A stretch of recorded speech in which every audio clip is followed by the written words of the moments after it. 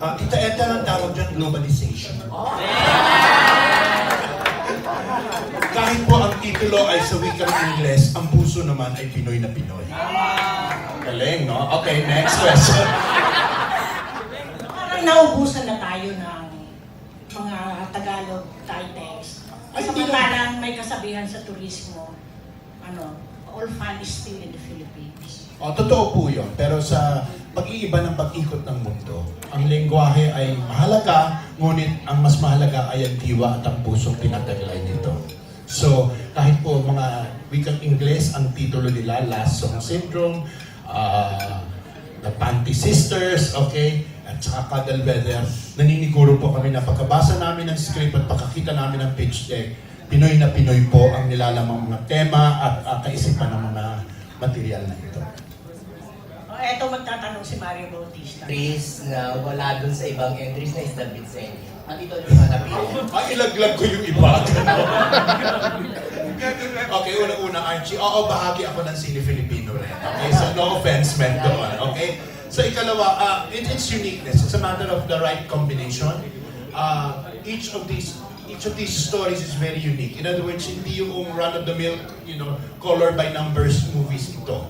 For instance, everybody is excited to see Panty Sisters kasi pagsasama mo yung tatlo, hindi ba? It's parang the third part of a trilogy, hindi ba? But not really a continuous trilogy. And LSS is just so, the whole prospect ng basahin mo yung script, it's so millennial, it's so me. Okay? So me. Okay, so ang ganda ng me. And it's not that the usual rom-coms kind of thing that you come across. At saka, pag nabasa nyo ang Cuddle Weather, ang una kong tinanong, ito ba ang bagong live show? Okay? So in other words, there's a different treatment to sexuality and the meaning of love amidst people who make a living out of sex. And that's something which is not usually tackled. So yung pagkabago ng mga gustong sabihin ng mga pelikulang ito, at mas importante yung boses na gustong ilahad ng mga direktor, I think that really matters a lot. But it was a tough competition. Lahat yung mga sinabit sa amin are not run-of-the-mill scripts. Okay, they're all, above average, and but we had to really pick the excellent ones. Okay? I hope that answers your question. Ang question ko kay Rod Marmol at saka sa producer ng Cuddle Weather, Bale, totoo ba na na-consider nyo sa casting sina Sura Ramirez at saka Carla Aquino para dito sa Cuddle Weather? Hi sir. Yes po, kinausap po namin sila pero marami din naman po kaming lalapitan. Yan po, gusto talaga namin na from the get-go pa lang, alam nila, pasukin nila, walang atras sa kalagitnaan ng shoot. So yun talaga yung minimake sure namin bago kami mag-announce na we're all in this together. Pero hindi pa sila nagko-commit? Hindi pa po. Okay. Tanong ko na sa Ben and Ben, So, you're playing yourself here, may mga eksena ba nito you will be, other than playing yourself, you will act? Actually, opo. Pero very, paano ko ba sasabihin? Baga relax lang. Natural, very natural. Pero, nagdumaan din po kami sa acting workshop kay Direk Eman. Kaya nakapag-prepare rin po kami for it. So, yun. Pero nakakatuwa rin kasi yung pagka-integrate ng roles namin sa script, very natural. So, kumbaga, parang kami lang talaga. Nakakatuwa po. Kay Direk Jim, tatakal ba ito sa anatomy ng isang banda? Mas meron pong ganon, na layer dun sa kwento. Kasi actually, yung takbo ng kwento, parang mini-mirror niya yung takbo ng career ng Ben and Ben. So even yung arrangement ng kanta, mula doon sa mga mas una nilang kanta, mula sa mga mas bago nilang kanta yung takbo. So may ganon po. Pero aside from that, meron din ang ibabaw na love story. Kay Direk Perset sa Direk June, inaabangan tong pagsasama ni Martin at saka ni Christian. Pero ba silang sabunutan dito at sampalan? Maraming exciting na eksena tong pelikula na ito. Hindi ko ganun sabihin. Basta maraming pasabog. Marami to. May mga tarayan, syempre magkakapatid eh. Diba? May mga, iba yung relationship, iba yung dynamics. Kasi yung leading man, leading man. May leading men sila, may leading ladies sila. Oh, ayun na. Ayun yung pasabog. Mas leading ladies. Nakaabangan. Na babae. Babae, leading ladies. Kasi congrats po. Thank you. Kasi po, ang ganda ng pasukin na for so many kids nowadays, feeling nila ang highlight ng love is the sex part. Pero the sex part is always beautiful, it's always climactic, mabilis, feeling mo ang gwapo, ang ganda ng ka-sex mo. But it's really the cuddling part that will tell you, mahal mo ba to? Alam mo yun kasi mabagal doon, makikita mo na hindi pa siya ganun ka-perfect. So yun po yung pinuntahan na ng story later on. Okay, thank you. Okay po. Age bracket, character, Ayan. personality. Kaya sa lahat ng nanonood sa Facebook, kung gusto nyo mag-audition, o may mga interest kayo mag-pok-pok, kahit sa screen lang, ito po yung characterization. Una, yung babae, sana slightly younger, pero siya yung magtuturo sa character ng iba't ibang klase ng kantot. Kantot kalimot, kantot karpintero, kantot tubero, kantot marino, yun. So magaan lang po yung role. Yung sa lalaki, anyone na willing sumakay dun sa kantot na yun, sige po. Sobrang wild pala yung requirement. Right? Mas wild siya verbally lang naman po. Mas salitaan talaga yun. Saan nanggaling yung story material, yung germ of the story, yung idea? Ano po siguro, bilang probinsyano po kasi ako, tapos yun nga, you've gone through so many love stories, you've met so many people, parang ang tanong lagi sa akin, hayaan mo ba tong fucked up world na to fuck you into becoming a fucker like everyone else? Parang pag ginago ka ba, magiging gago ka na rin ba? Pag nagputa ka ba, magiging puta ka na rin ba sa pagmamahal? So yun po. Pero nothing personal. Direct Percy, doon sa tatlo mong bida, ang lalaking pangalan, ano, lalo na sa LGBT community, hindi kaya magkaroon ng parang sapawan or sa eksena like that? Lalo na nakatrabaho mo silang tatlo, right? Oo. Kaya nga, I think yun yung maganda doon kasi nakatrabaho ko na silang tatlo.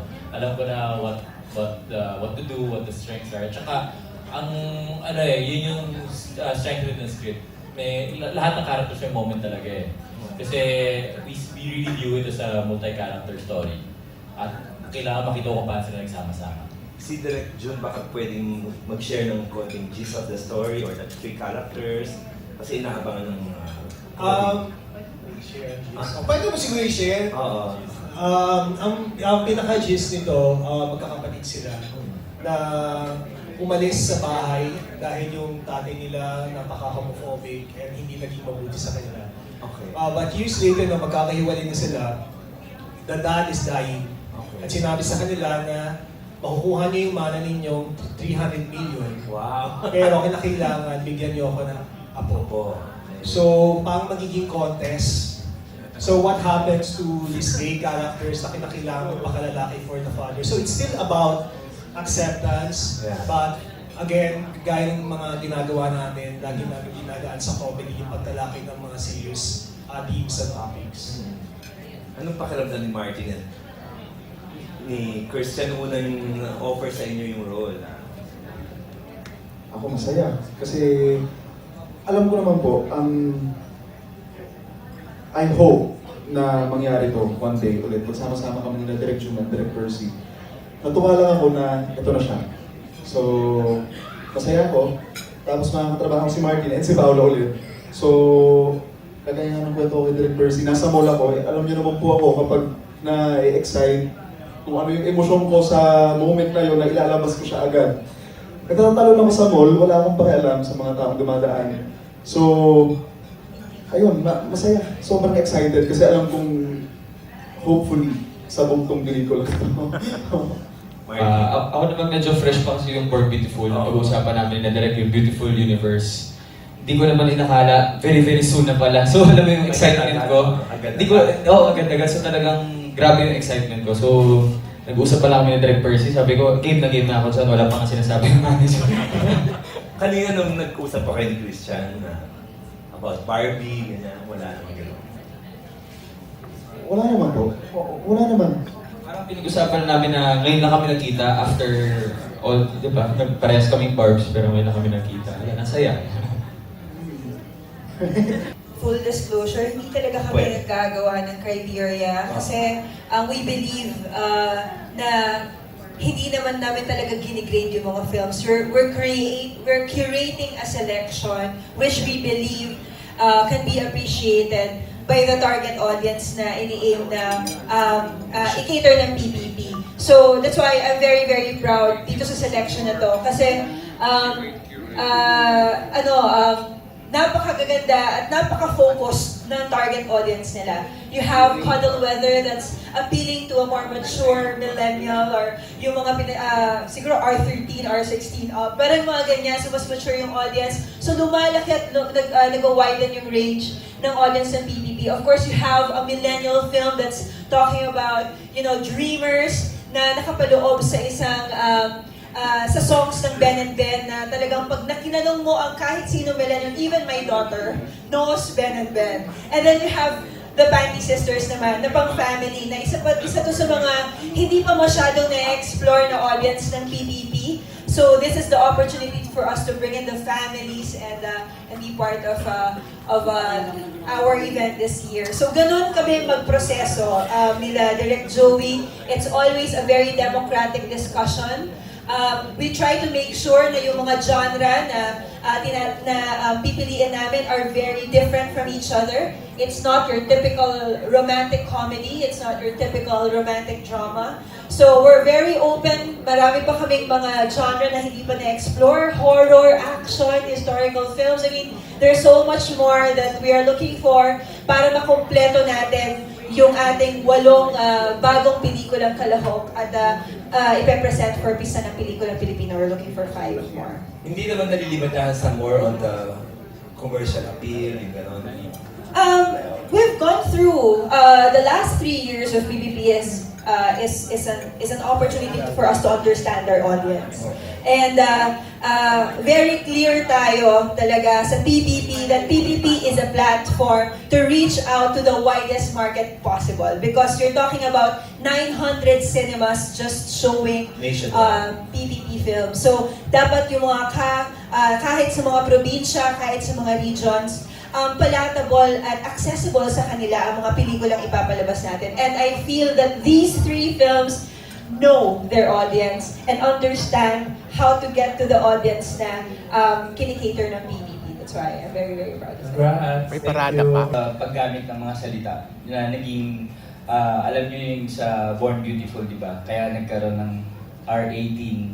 Of course, you want to magkaroon ng magandang rating from the MTRC this time. I think hindi yan a matter of dahil nagpipigil ka just because of yung natatakot ka or anything. Ang tuloy nga sabi ni Chair Lisa, I think ito yung common doon sa 3 pelikula. Alam namin kung sino yung audience yung inaabot namin. So this time around, alam namin na para maabot namin yung family audience, obviously, we need a rating na pwede papasukin ng buong pamilya. So, gagawin namin ang kailangan namin para ma-achieve yun. And still stay true to yung material namin. So, I think yun yung key, which is na tutuwa ako sabi ng Cuddle Weather kasi parang a few months ago ako yung nandun sa position na yun. Actually, yun nga, itatanong ko kay Direk Rod Dahil sabi niya kanina, sabi niya kanina, babawasan niya lang yung visuals, more on, di ba, salita, language lang. Pero yun yung naging problema ng Born Beautiful, di ba? Marami kong kwenta. Hindi, ako kasi maintain the integrity of the film. Diba? Kasi ultimately, hindi pwedeng basta isa-sanitize para for the sake of sanitizing. Dapat buo yung kwento mo, dapat buo yung story na papakita mo doon sa audience na tina-target mo. Sa inyong dalawa ni Direk Jun, of course, alam natin na yung 3 bida nyo talagang puro professional actors. Pero gaano kasaya sila sa set? Ano yung naaalala nyo or memorable na nakakatuwa sa kanila? Actually, excited ako ngayon kasi hindi ako mag-direct. So, excited akong makigulo lang sa set dahil masaya yung itong mga artistang to ang saya ng katrabaho. And hindi talaga namin inaasahan na magagawa agad namin ito eh. We were planning na pagsamahin natin sila but it wasn't until na na-pitch namin na nung director namin at writer namin na si Ivan Payawal yung concept. And we were so excited about the concept and I strongly feel that it's going to work. I have a feeling na magiging masaya ang shoot na to, magiging masaya ang proseso na to para sa akin. Kay Christian sa kay Marty, nakausap niya rin si Paolo. Of course, wala siya rito. Pero nagka-chikahan ba kayo tungkol sa yun, either sa phone or social media? Ako hindi po. Hindi ba? Hindi ba? Ako rin, hindi ba? Okay. Oo, madali akong kausap. Okay. Pero ano yung inaasahan nyo kay working with Paolo? Of course, naaalala nyo pa rin kung paano katrabaho siya, di ba? At out, sabi nga ni Ray, naka-out na daw siya. Si Paolo sobrang saya katrabaho, sobrang gaan katrabaho, mahusay katrabaho dahil ibibigay niya sa iyo yung mga kailangan mo as an actor din. Dun yung mga eksenang tingin niyang para sa iyo, ibibigay niya yun sa iyo. So, excited ako to work with Paolo and with Martin kasi meron kaming common friends. Although first time namin mag-usap.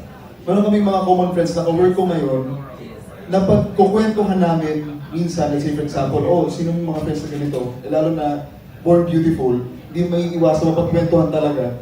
So, ang daming good words about Martin na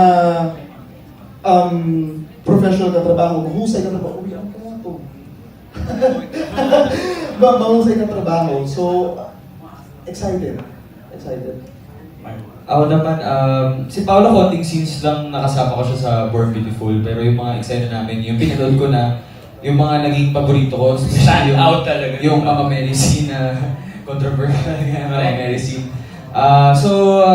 Nag-look forward ako rin sa mga ganong kagulo, mga riot na eksena with Paolo. And of course, si Christian, doon kanina sinabi ko, very excited na panood ko yung Die Beautiful. At alam ko yung galing na pwedeng ipakita ni Christian din. So, magiging masaya talaga to. Ayan, kay Elijah. Elijah, congratulations kasi ang dami mong pelikula. Nagkakasunod-sunod na. Of course, kay Direk Jade ka ngayon, pero meron ka rin kay Direk June, Son of God, na umabot pa ng Hong Kong, di ba? Yun. How do you feel na ikaw yung sinasabi ni Direk June na parang next young actor to watch out? Thank you. Sobrang feeling blessed lang po talaga kasi mga magagaling na director po itong mga ito, sina Direk J, Direk June, Direk Dwayne, Direk Ivan, tapos may tiwala po sila sa akin, tapos naniniwala po sila sa talent na kaya po bigay. Pero I try to work hard po always to prove their trust, right? How is it working naman with Direk J? Sobrang saya po kasi yung role ko po dito medyo like young rapper na ewan medyo malayo po dun sa role ko kay Direk June. Tapos sobrang fun lang po kasi yung mga kasama ko pong mga artista, magagaling din po tapos masaya kasama sa set. Tapos yun nga po, medyo dream ko rin po maging rapper. Kaya po, enjoy ko po yung role na binigay ni Direk J. Ayun. Sa tatlong directors natin, gaano ka-special at saka fulfilling sa inyo as Filipino filmmakers na yung mga pelikula nyo kasama sa PPP in line sa celebration ng 100 years of Philippine cinema?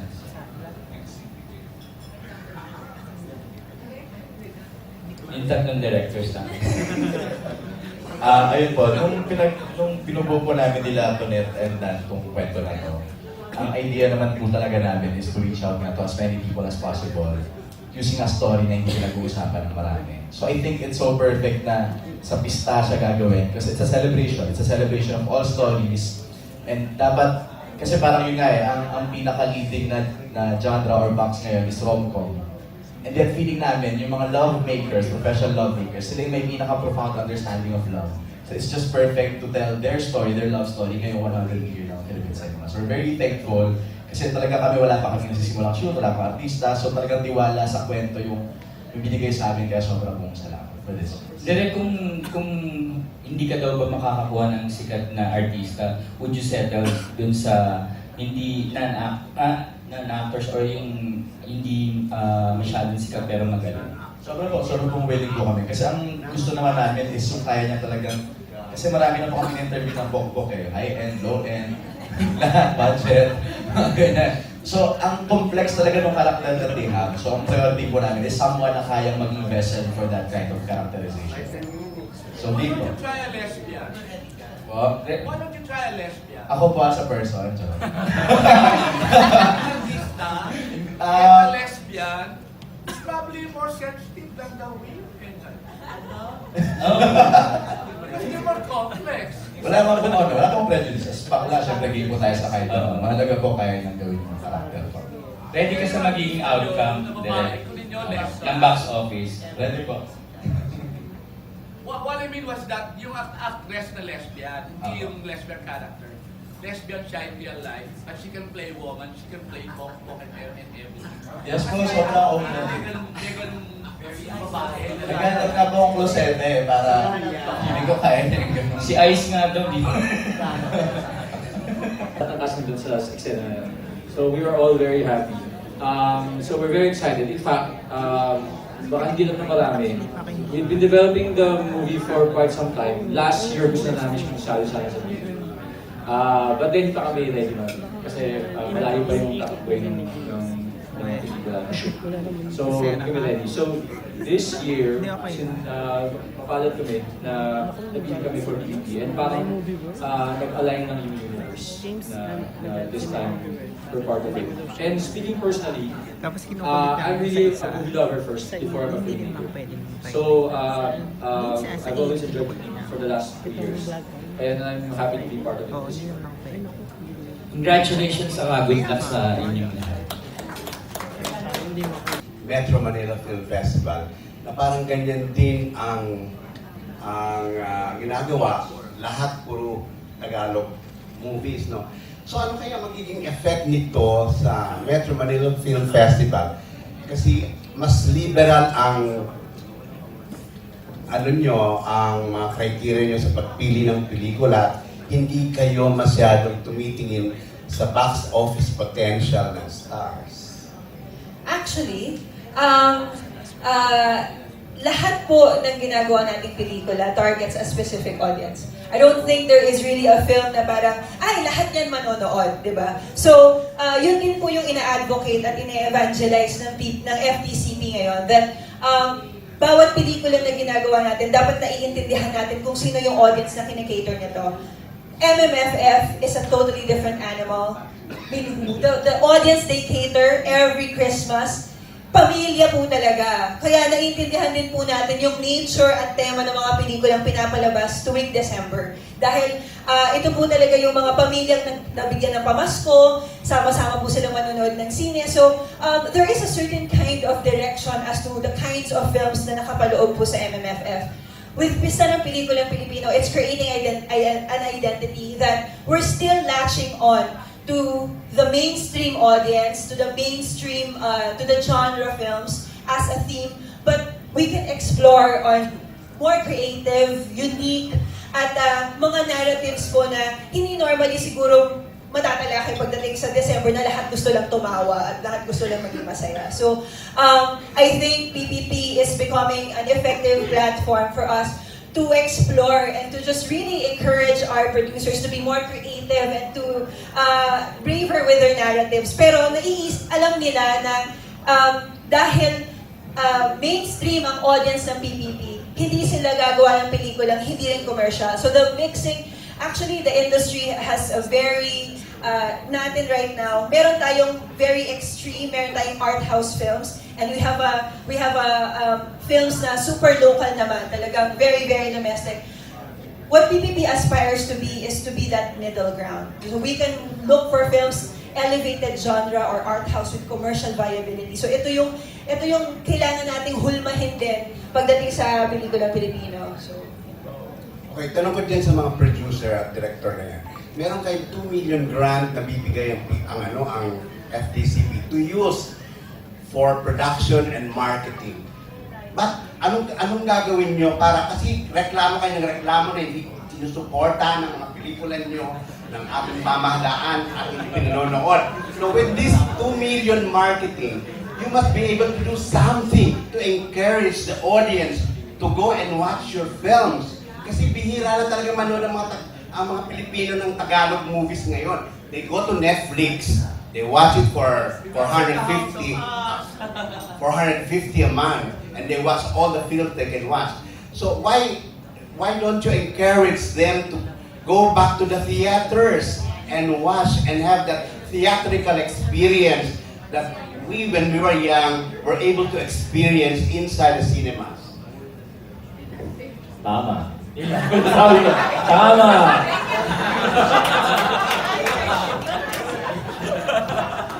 Kaya nga po magandang na ibalik yung student price. Kasi more than the quality of the films, feeling ko naman medyo consistent naman siya.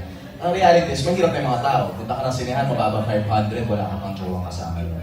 So talagang, yun pa lang, naglilimit na sa maraming tao. So good move talaga for PVP this year na ibalik yung student price, which is lower pa sa probinsya. So I think very possible lang po for us to invite more people this time around. Okay, thank you. Yes, maraming